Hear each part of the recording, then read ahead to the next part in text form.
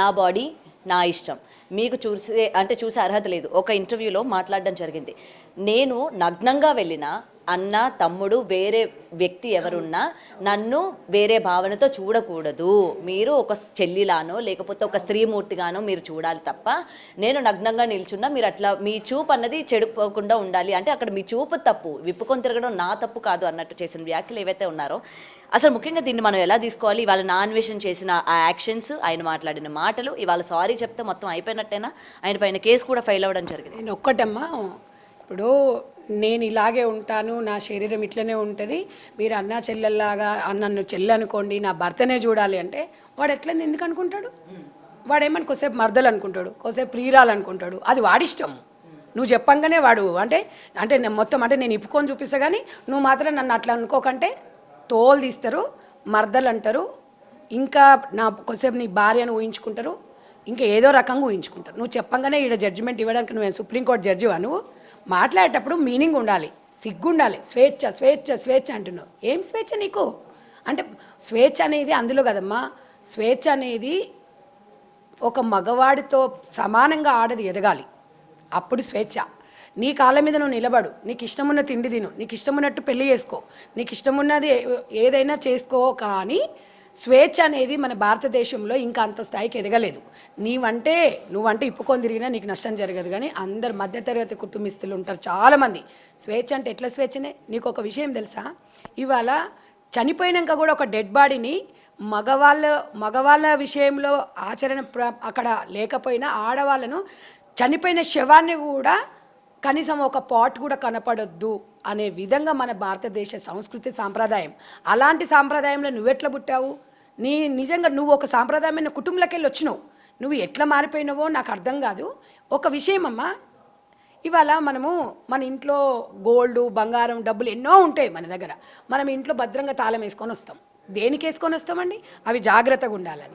దాంట్లో కోసం మీరు అంత జాగ్రత్తగా తాళాలు వేసుకొని వస్తున్నప్పుడు నీ శరీరంలో భాగాలను నువ్వు భద్రపరచుకునే అది నీకు లేదా అని ఇలా సభ్య సమాజం నుంచి నేను ఒక సంధ్యారెడ్డిగా, ఒక మహిళలకు ఒక అక్కగా చెల్లగా నేను ఎలా అడుగుతున్నా అంటే, ఒక డబ్బుకున్న విలువ, ఒక సొమ్ములకున్న విలువ ఒక మహిళకు ఉన్న ఒక అవయవాల మీద లేదా అంటే, నీ అవయవాలను ఎట్లా పడితే అట్లా గాలికి వదిలేస్తావా అంటే, నేను ఇట్లా ఇప్పుకొనే తిరుగుతాను, నేను ఇలాగే చేస్తాను. ఏంటి ప్రైవేసీయా? ఏం ప్రైవేసీ అమ్మా?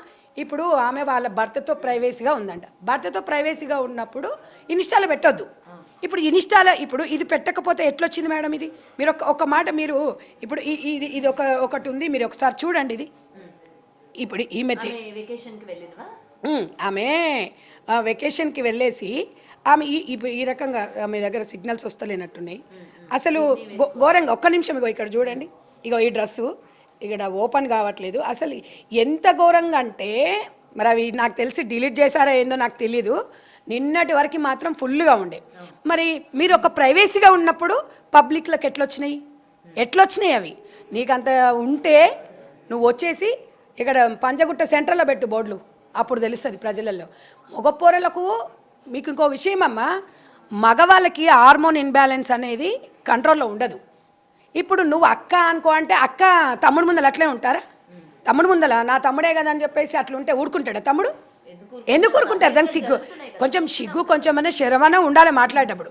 స్వయాన ఇద్దరు బాబులు అనసూయకి, ఇది గాడిదలో ఎదిగింది నేను అన్నది కానీ దానికి మైండ్ ఎదగలే. పెద్ద కొడుకు ఆల్రెడీ అడిగాడంట, mummy your dress is not good అన్నాడంట. అన్నప్పుడు ఏ స్టూపిడ్ అన్నదంట కొడుకుని. అంటే నీ కన్న కొడుక్కి నువ్వు వేసుకునే డ్రెస్ నచ్చలేదు అంటే సమాజంలో ఎట్లా నీ డ్రెస్ని ఎట్లా యాక్సెప్ట్ చేస్తారు? ఎందుకు నీకు డ్రెస్లోనే ఉందా స్వేచ్ఛ? స్వేచ్ఛ అంటే కాదు, ఒక ఆడదాని గురించి చెప్పాలి అంటే అసలు ఈ తరం సరిపోదు. ఒక అమ్మగా, ఒక తల్లిగా, ఒక నానమ్మగా, ఒక అమ్మమ్మలాగా ఎన్నో పాత్రలు వహిస్తుంది. ఆడబిడ్డకున్న స్వేచ్ఛ అంటే బట్టలు వేసుకొని బజార్లో తిరగంగానే కాదు, దానికి ఇంకా నువ్వు వచ్చి ఇంకా మరీ చెప్తున్నావు. ఇంకొకటి నేను శివాజీ తమ్ముడు ఏం చెప్పాడు, ఆడవాళ్ళు పద్ధతిగా ఉండమన్నాడు. ఇప్పుడు కురుక్షేత్ర యుద్ధంలో ద్రౌపది చీరను ఇప్పినప్పుడు యుద్ధాలు జరిగినాయి. ఇప్పుడు అట్లా కాదు, ఆడవాళ్ళని నిండు కప్పుకోండి అని మగవాళ్ళు చెప్పేసరికి యుద్ధాలు జరుగుతున్నాయి ఇక్కడ. అంటే ఇదే కదా అసలు ఏంది? ఏ ఇన్స్టా చూసినా, ఏ ఫేస్బుక్ చూసినా, ఏది చూసినా నిండుగా బట్టలు కప్పుకోమనేది మాత్రమే వస్తుంది ఇక్కడ. అంటే ఇది ఎంతవరకు అనేది ఒకసారి మనం ఆలోచించాలి. ఒకటమ్మా, నేనైతే ఒకటి చెప్పదలుచుకున్నా, మనం ఎంత ఎత్తుకెదిగినా మనం అంత ఒదిగి ఉండాలి. ఇవాళ అమెరికాకు మనం వెళ్ళామనుకో, శారీలో పోతే ఆర్ యూ ఇండియన్ అంటారు, అవునా? మన దగ్గరకు వచ్చినప్పుడు శారీస్ తీసుకొని వెళ్తారు. ఆ సాంప్రదాయం తరాలు మారినా ఇదే సాంప్రదాయం ఉండాలి. మనకి ఎన్ని యుగాలు మారినా అంటుంది. మనం ఎక్కడున్నామండి, 25లో ఉన్నామండి అలా అంటుంది. తోట తీస్తారు, ఇంకొకసారి అన్నావు అనుకో దౌడలు వలగొడతారు. నువ్వు అట్లాంటి మాటలు మాట్లాడినావంటే నీలాంటి వల్ల ఇవాళ చిన్నపిల్లల మీద అత్యాచారాలు ఎందుకు జరుగుతున్నాయి? డ్రెస్సింగ్లో వాళ్ళు డ్రెస్ బాగానే ఉంటుంది కదా, 80 ఏళ్ళ ముసలమ్మ మీద లేదా అని అడుగుతున్నారండి. అయితే దానికి వీళ్ళందరికీ కూడా నేను ఒకటి సమాధానం చెప్తున్నా. అనసూయ ఉంది. అనసూయ నిన్న నుంచి అవన్నీ అన్ని వీడియోస్ అన్నీ మరి డిలీట్ చేసినట్టున్నారమ్మా. నేనైతే సేవ్ చేసుకున్నా మరి అవి రావట్లేదు. ఇదొకటి. ఇంకా మీ దగ్గర ఎందుకంటమ్మా అసలు కొన్ని సమాజానికి తెలవాలి. ఏదో మనమేదో చెప్తున్నట్టుగా మనమేదో చేస్తున్నట్టుగా ఉంటుంది. ఇది ఒక్కసారి చూడండి అమ్మా. ఇది అసలు మీ దాంట్లో రావట్లేదు. ఒకటి జబర్దస్త్ దాంట్లో ఒకటి ఉంటే చూపించండి మేడం. అది నేను ఎందుకంటే అది ఓపెన్ కావట్లేదు. దాంట్లో ఏం చెప్పింది, మందు చూస్తే కిక్ అంటే మందు కాదు, అనసూయ చూస్తే కిక్కు రాదా అంటది. అనసూయ మీకు ఆ వీడియోస్ పెడతాను. అంటే అన్నదమ్ముళ్ళు అనుకోమన్నది. మరి అన్నదమ్ముళ్ళకి ఎట్లా కిక్ వస్తుందమ్మా? ఒకసారి మీరు చెప్పండి. అంటే ఇంత ఘోరంగా ఇలాంటి సమాజంలో ఉన్నామా మనం అనిపిస్తుంది ఒక్కొక్కసారి. అసలు జబర్దస్త్ అంటేనే ఒక గలీజు వేదిక అది. అండ్ మేడం ఇంకొకటి, విమెన్ని ఆబ్జెక్టిఫై చేస్తూ ఉన్నారు, ఆబ్జెక్టిఫై చేస్తున్నట్టు మాట్లాడుతూ ఉన్నారు అని అన్నారు. మరి సో కాల్డ్ షోస్లోని ఆడవాళ్ళపైన డబుల్ మీనింగ్ డైలాగులు, డబుల్ మీనింగ్ చేస్తున్నారు. అక్కడ ఆబ్జెక్టిఫై నేను అదే చెప్తున్నా. సెన్సార్ బోర్డు ఎక్కడ పోయింది? ఇక్కడ మహిళా కమిషనర్ గారు కూడా సుమోటోగా తీసుకున్నారు నిన్న మన శివాజీ గారు అన్నప్పుడు. ఓకే, మీకు హ్యాండ్సప్ చెప్తున్నాం. కానీ మరి ఎట్ ద సేమ్ టైం మరి ఇదే బట్టలు వేసుకొని మగవాళ్ళని రెచ్చగొడుతున్నప్పుడు మహిళా కమిషనర్ గారు ఎందుకు అనసూయని పిలిపించట్లేదు అని పురుష సమాజం అడుగుతుంది. శివాజీ గారిని పిలిచారు, తను మాట్లాడింది 100% రైట్. బట్ 2 వర్డ్స్ మాత్రం దొర్లాయి, దానికి సారీ చెప్పాడు. కానీ ఇవాళ మన మహిళా కమిషనర్ మీద మనకి నమ్మకం, గౌరవం ఏర్పడాలంటే ప్రకాష్ రాజ్ కూడా రావాలి, నాగబాబు రావాలి. నాగబాబు దగ్గరకు వస్తున్నా. అసలు ఈ అనసూయకి నాగబాబుకు లింక్ ఎక్కడమ్మా? దేనికి సపోర్ట్ చేస్తున్నావయ్యా నువ్వు? నీకు ఆంధ్రాలో నీకు జనసేన పార్టీ నుంచి ఎమ్మెల్సీ పదవి దేనికోసం ఇచ్చిరు? ఆడవాళ్ళని ఇప్పుకొని తిరుగు, సగం సగం బట్టలు వేసుకో అని చెప్పి ఎమ్మెల్సీ ఇచ్చిరా? నీకు కొంచెమన్నా బుర్రుందా నీకు? ఒక మెగా ఫ్యామిలీ అంటే ఉన్నతమైన కుటుంబం అంటారు. నీకు నిజంగా మెగా ఫ్యామిలీలో ఒక కలుపు మొక్క లాంటివాడు నువ్వు. అసలు ఈరోజు మీ తమ్ముడు పవన్ కళ్యాణ్ గారు నేను కూడా అభిమానిస్తా, ఒక సనాతన ధర్మం అని చెప్పేసి దేశం మొత్తం సనాతన ధర్మం గురించి చెప్తుంటే నువ్వేమో ఈ తులసి మొక్కలో గంజాయి మొక్కలాగా ఇవాళ ఎవరి స్వేచ్ఛ వాళ్ళదండి? వాడిని చెప్పుతో కొట్టండి, వాడు అలా మాట్లాడుతుంటే నిండు గప్పుకోమన్నది చెప్తున్నా. ఇదేనా సనాతన ధర్మం? అదే నేను అదే అంటున్నామ్మా. ఇప్పుడు నేను వాళ్ళకి ఏం చెప్తున్నా, ఆయన ఏం చెప్తున్నాడు, సగం సగం బట్టలు వేసుకుంటే సనాతన ధర్మమా అని నేను పవన్ కళ్యాణ్ గారిని ఒక క్వశ్చన్ చేసి మీ అన్నకు జ్ఞానోదయం కలిగి అన్న అని నీకు చెప్తున్నా. అన్న పవన్ కళ్యాణ్ అన్న, మీరు మీ భార్య ఒక రష్యా నుంచి వచ్చిన మీ అడుగుజాడల్లో సనాతన ధర్మంతో పాటు ఆమె చీర కట్టుకొని మీకు 2 ఆడపిల్లలు ఉన్నారు, ఎంత చక్కగా డ్రెస్సింగ్ వేసుకుంటారన్నా? బుద్ధి లేదన్నా? యథా రాజా తదా ప్రజ అంటారు. ఇవాళ మీరెట్లా సనాతన ధర్మం అన్నారో మీ భార్య అంతే సనాతన ధర్మంతో నడుస్తుంది, మీ పిల్లలు అలాగే నడుస్తున్నారు. ఇదే మీ అన్నకు బుద్ధి లేదన్నా? ఎందుకు లేదు? ఇవాళ విచ్చలవిడిగా తిరుగు, రాత్రిలు తిరుగు, పబ్బుల పొంటి తిరుగు, 2 గంటల వరకు పబ్బుల దాగు, ఆనే బడు. ఇది స్వేచ్ఛ అట. ఎట్లా స్వేచ్ఛ? మరి మీ అయ్య చెప్పిండు కాబట్టి బిడ్డ మరి అట్లా పబ్బుల పొంటి తిరిగింది కాబట్టి, అదే భర్తకు నచ్చలేదు కాబట్టి విడాకులు వచ్చినాయి. ఇది సత్యము.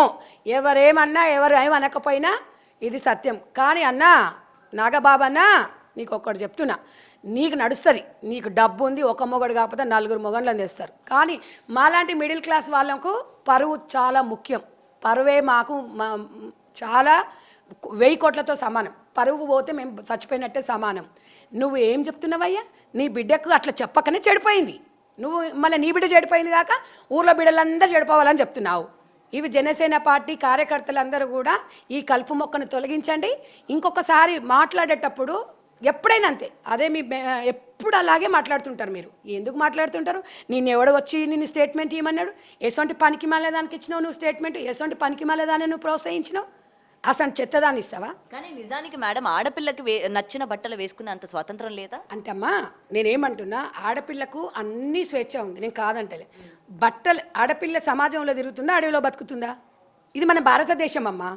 భారతదేశంలో ఉంటున్నప్పుడు నలుగురితో కలిసి ఉంటున్నప్పుడు నేను అనేది ఏంది, ఫ్రీ అంటే మంచిగా బట్టలు అంటే అంటే మిడ్డీలు వేసుకొని సగం సగం స్కర్ట్స్ డ్రాయర్లు వేసుకుంటే స్వేచ్ఛనమ్మా? మీరే చెప్పండి. అంత స్థాయి వరకు ఎదిగారా?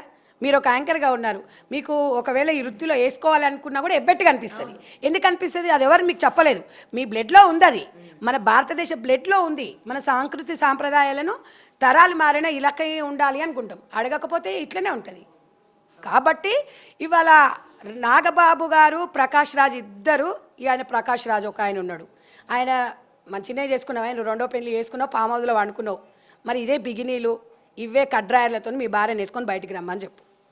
అప్పుడు వచ్చి చెప్పు, మీకు ఏంటయ్యా మీరు పెద్ద స్టార్ హీరోలేనా? దేనికి స్టారు? దేనికి స్టారు? అంటే ఇచ్చలవిడి బట్టలు వేసుకొని, అంటే మీ పిల్లలు అయితేనేమో నిండు గప్పుకొని ఉండాలి, బయట బిడ్డలు అయితేనేమో ఓపెన్ చేసుకొని ఉండాలి. ఇదేనా చెప్పండి? ఇదేనా సమాజానికి నేర్పిస్తున్నారు? నాగబాబు గారు మాత్రం 100% మీ మహిళల మీద చేసిన వ్యాఖ్యలని ఇష్టలవిడిగా వేసుకోండి డ్రెస్సులు, మీకు నేను అండగా ఉంటాను అన్నాడు చూడు. ఈ వ్యాఖ్యలు మాత్రం ఉపసంహరించుకోవాలి, లేకపోతే మాత్రం అస్సలు ఒప్పుకునేది లేదు. మీరు మహిళా కమిషనర్ గారికి కూడా నేను ఒకటే చెప్తున్నాను, డెఫినెట్గా నాగబాబు గారిని కూడా మహిళా కమిషనర్ ముందు హాజరు కావాలి. ఎందుకు ఆ మాటలు అన్నారు? దానికి స్వేచ్ఛ. ఎక్కడ స్వేచ్ఛ? స్వేచ్ఛ అంటే నీ బెడ్రూమ్లో నువ్వు వేసుకో అమ్మా, నీ వ్యక్తిగతం అది, నిన్నెవరు అడగరు. నువ్వు బయట ప్రైవేట్గా బయట దేశాలలోకి వెళ్ళి స్విమ్మింగ్ చేయి, ఇంకేం చేసినా ఇన్స్టాలో పెట్టకు, పబ్లిక్లో పెట్టకు. నీ సొంతంగా పెట్టుకున్నంత వరకు ప్రైవేసీ, బయటికి వస్తే పబ్లిక్ అవుతుంది. పబ్లిక్లోకి వచ్చినప్పుడు మనము ఎవరిని మనం ఏం తప్పు పట్టలేము. ఇప్పుడు నీ ఇష్టం నీ వాళ్ళు అన్నప్పుడు వాడినోరు వాడిష్టం. అది 100%. మగపిల్లలని చెడగొట్టేది ఎవరమ్మా? నేను అనేది ఏంటంటే మగపిల్లలని మనం అవకాశం ఇస్తున్నాం. ఇప్పుడు ఎవరైనా ఒక్కటి చెప్తున్నామ్మా ఎగ్జాంపుల్, చీర కట్టుకొని మన దగ్గరికి వెళ్తుంటే ప్రతి మొగాడు ఏమనుకుంటాడు, అబ్బా ఎంత బాగుంది, ఇలాంటి భార్య నాకు వస్తే బాగుండు అంటాడు. మరి అదే ఇట్లా సగం డ్రెస్ వేసుకొని కడ్రాయర్లు వేసుకొని పక్కకి వెళ్ళిపోతుంటే ఏమనిపిస్తుంది? అబ్బా దీన్ని ఒక్కరోజు అనుభవిస్తే బాగుండురా బాబు, దీంతో సహజీవనం చేయాలనిపిస్తుంది. చీరకి మనం వేసుకునే డ్రెస్సుని బట్టే కదా. అంటే ఎవడైనా సగం డ్రెస్సులు వేసుకునే దాని భార్య మగవాడి బుద్ధిని ఎందుకని క్వశ్చన్ చేయట్లేదు? ఒక్కటమ్మా, మగవాడి బుద్ధి అనేది, మగవాడికి హార్మోన్ ఇన్బ్యాలెన్స్ అనేది ఆధీనంలో ఉండవు. ఆడదానికి ఆధీనంలో ఉంటే కానీ మగవాడికి ఉండదు. ఆ సైంటిస్ట్ ప్రకారంగా చూసుకుంటే నీకు ఇవాళ మీరు అనసూయ అంటుంది నన్ను ఇలా అనుకోండి అంటే అది అనుకోవడానికి ఉండదు. అనసూయను చూసి అనసూయ లాంటి వాళ్ళు, ఇప్పుడు అనసూయ బయటకు వచ్చింది, చిన్మయ్య లాంటి వాళ్ళు బయటకు వచ్చి స్వేచ్ఛ అంటున్నారు, కానీ బరిదెగించి స్వేచ్ఛ అంటున్నారు, కానీ వీళ్ళలాంటి వాళ్ళు ఇంకా చాలామంది ఉన్నారు. అలాంటి వాళ్ళని చూసి మగవాడు సైకాలజీగా మైండ్లో మొత్తం డైవర్ట్ అయిపోతుంది. ఇది చూస్తూ మొత్తం మైండ్లో మొత్తం మైకన్ నిండిపోయి, ఎందుకంటే కొంతమంది డ్రగ్స్ తీసుకున్న వాళ్ళు ఉంటారు, తర్వాత గంజాయి మత్తులో ఉంటారు కదా, ఆ మత్తులో అనసూయనే కనిపిస్తుంటుంది. అనసూయ లాంటి వాళ్ళు డ్రెస్ వేసుకున్న వాళ్ళు కనిపిస్తున్నప్పుడు ఏం చేస్తాడంటే ఆ టైంలో వాడు పక్కన ఏ ఆడుతుంటే దాని దగ్గర పోయి ఈ అనార్థాలకు కారణమవుతారు. అక్కడ చిన్నపిల్లనా, 80 ఏళ్ళ ముసలామెనా, లేకపోతే ఈమె ఒక పెద్ద గొప్పింటి స్థాయి ఆమెనా, లేకపోతే వయసుతో సంబంధం ఉండదు. వాడు ఇలాంటి డ్రెస్సుల వల్లనే ఇప్పుడు కొన్ని మనం టీవీల ముందు మాట్లాడడం కూడా నాకు కొంచెం ఇష్టం అనిపిస్తలేదు. కొన్ని మూవీస్ కొన్ని అవి మాస్ మసాలా ఏదో అవి చూస్తుంటారు. ఎందుకు చూస్తుంటారండి? అంటే ఇలాంటివి మగవాళ్ళ బుద్ధి మార్చుకోవడం కాదు, మగవాడు హార్మోన్ ఇన్బ్యాలెన్సే కారణం. మగవాడి బుద్ధి అంటే మగ బుద్ధి, ఒకరి బుద్ధి అని అందరికి తెలిసిందే. మనం జాగ్రత్తగా ఉండాలి. ఇది నిప్పు అని మనకు తెలుసమ్మా, పోయి అందులో దుంకుతావా నువ్వు? ఏం చేస్తావు నువ్వు? ఒళ్ళు కప్పుకుంటాము, జాగ్రత్తగా ఉంటాము. అది నిప్పే కదంటే నీకు నిప్పుతో చెలగట్టే మొత్తం అంటుకుంటావు. నేను అనేది ఏంటంటే ఎంత ఎత్తుకెదిగినా ఇంకొకటి, దాని మొగడంటే దానికి సిగ్గుండాలి. వాని మొగనికి షాపింగ్ కాదట, ఈ డ్రెస్ బాగుంటుంది నువ్వు వేసుకో అంటాడంట. వానికి ఎంత సిగ్గు లేదో మరి, వాడు బయటకు మరి ఆడు ఎట్లా బయటకు వచ్చి మాట్లాడుతున్నావు, వానికి సిగ్గు శరం ఉండాలి. అరే నీ పెళ్ళాన్ని నువ్వు చూడమంటే మందికి చూపిస్తాంటావేంద్రా? సిగ్గుండదా నీకు? ఏం మాట్లాడుతున్నారా అసలు? ఆడదాని సంపాదనతో అదో బతికేనారా నీది? ఆడదాని సంపాదన సరిపోదారా? 50 కోట్లు ఇల్లు కట్టుకున్నావు, భక్తి ఛానల్ ఉన్నప్పుడు నీ భార్య ఎంత భక్తిగా ఉండే, ముద్దుగా నిండుగా ఉండే. ఈ అడ్డమైన షోలకు పంపించి నీలాంటి మొగడు ఎంకరేజ్ చేయడం వల్లనే ఎవడు చేయడు రా ఇట్లా. ఏ మొగోడు పూటకు లేకున్నా ఏం లేదు కానీ నా భార్య నిండుగా ఉండాలి, నా భార్య నేను తెచ్చి పెడితే తినాలి అంటది. కానీ మళ్ళీ అట్లాంటి ఏమంటారు కొంతమంది వక్తలు ఉంటారు కదా ఆడోళ్ళు, ఏంటమ్మా స్వేచ్ఛ లేదా, ఆడదానికి స్వేచ్ఛ లేదా, మేము ఇండిపెండెంట్. నేను అలా అనట్లేదు, మగవాడు ఒక ప్రేమగానే నా భార్య బాగుండాలని కోరుకుంటాడు. కానీ ఇప్పుడు జాబులు చేసే వాళ్ళందరూ చెడ్డవాళ్ళు, ఇళ్ళల్లో ఉన్నవాళ్ళు మంచి వాళ్ళంటే నేను ఒప్పుకోను. ఎవరి పనులు వాళ్ళకు ఉంటాయి, ఎవరిది వాళ్ళకు ఉంటుంది. స్వేచ్ఛ అంటే నువ్వు ఇండిపెండెంట్గా ఎదుగు. నువ్వు ఎంబీబీఎస్ చేస్తావా, నువ్వు బీటెక్ చేస్తావా, విదేశాలకు పోతావా, ఫ్లైట్ నడుపుతావా, బిజినెస్ చేస్తావా, ఏం నేర్చుకుంటావా అనేది అది నీకు స్వేచ్ఛ.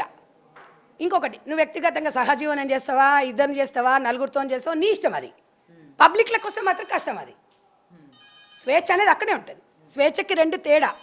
ఇక్కడ మూసుకున్నంత వరకే గోప్యతమ్మ, బయటకు ఓపెన్ అయిన తర్వాత పబ్లిక్ అయిపోయిన తర్వాత పబ్లిక్ని ఎవరు కట్టడం చేయలేము. అది ఒక్కటి మనం గుర్తుపెట్టు.